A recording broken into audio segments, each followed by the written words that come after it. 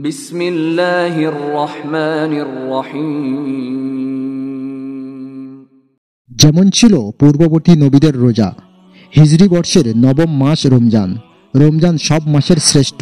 ইসলামের অন্যতম বিধান রোজা এ মাসে পালিত হয়। রোজার বিধান শুধু নবী মুহাম্মদ সাল্লাল্লাহু আলাইহি সাল্লাম এর উপরই ফরজ হয়নি, বরং এর সূচনা হয় পূর্ববর্তী নবীদের সময় থেকে। কোরআনে ইরশাদ হয়েছে, হে মুমিনরা, তোমাদের উপর রোজা ফরজ করা হয়েছে যেমনটি তোমাদের পূর্ববর্তী উম্মতের উপর ফরজ করা হয়েছিল। সূরা বাকারা আয়াত 183। তবে রোজার বিধান এক হলেও ধরনে ছিল ভিন্নতা। এই ভিডিওতে পূর্ববর্তী নবীদের রোজার ধরন তুলে ধরা হলো। আশা করছি ভিডিওটার মাধ্যমে আপনারা অনেক কিছু ইসলাম সম্পর্কে জানতে পারবে, তাই পুরো ভিডিওটা দেখার অনুরোধ রইল। 1. আদম আলাইহিস সালামের রোজা। আদম আলাইহিস সালাম পৃথিবীর প্রথম মানব ও প্রথম নবী। তিনি প্রথম রোজা পালন করেন। তার রোজা কেমন ছিল সে ব্যাপারে কোরআন, হাদিস ও ইতিহাস থেকে সুস্পষ্ট ধারণা পাওয়া যায় না, তবে তিনি যে রোজা রেখেছিলেন তা জানা যায়। আল্লাহ তাআলা আদম আলাইহিস সালামকে একটি নিষিদ্ধ গাছের ফল খেতে নিষেধ করেন, কিন্তু তিনি সেই গাছের ফল আহার করে ফেলেন।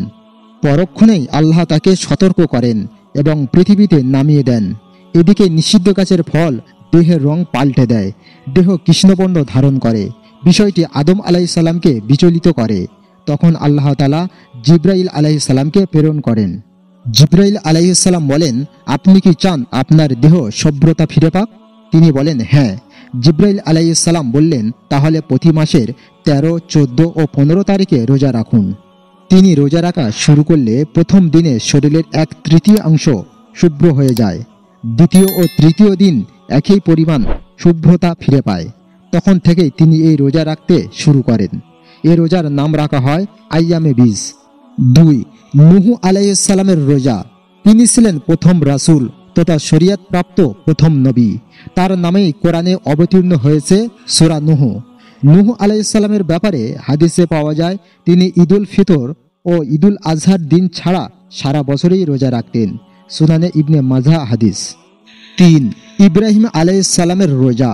শেষ নবী মুহাম্মদ সাল্লাল্লাহু আলাইহি সাল্লামের পূর্বপুরুষ হলেন ইব্রাহিম আলাইহিস সালাম, যার বংশ থেকে অসংখ্য নবী রাসূল এসেছেন।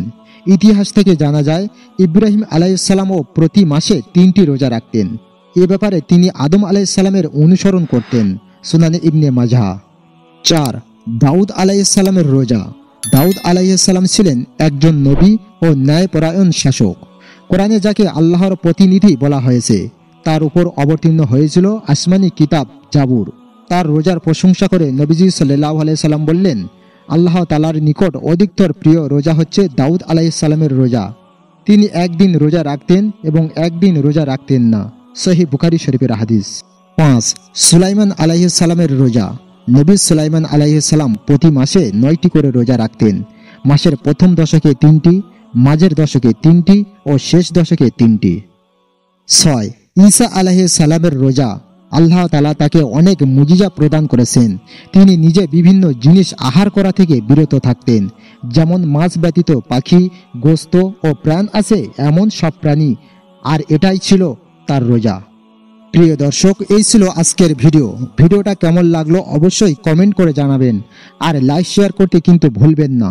পরবর্তী ভিডিও পাওয়ার জন্য আমাদের চ্যানেলটি সাবস্ক্রাইব করে পাশে থাকা বেল আইকনটি প্রেস করে রাখুন সবার আগে নোটিফিকেশন পেতে। ধন্যবাদ।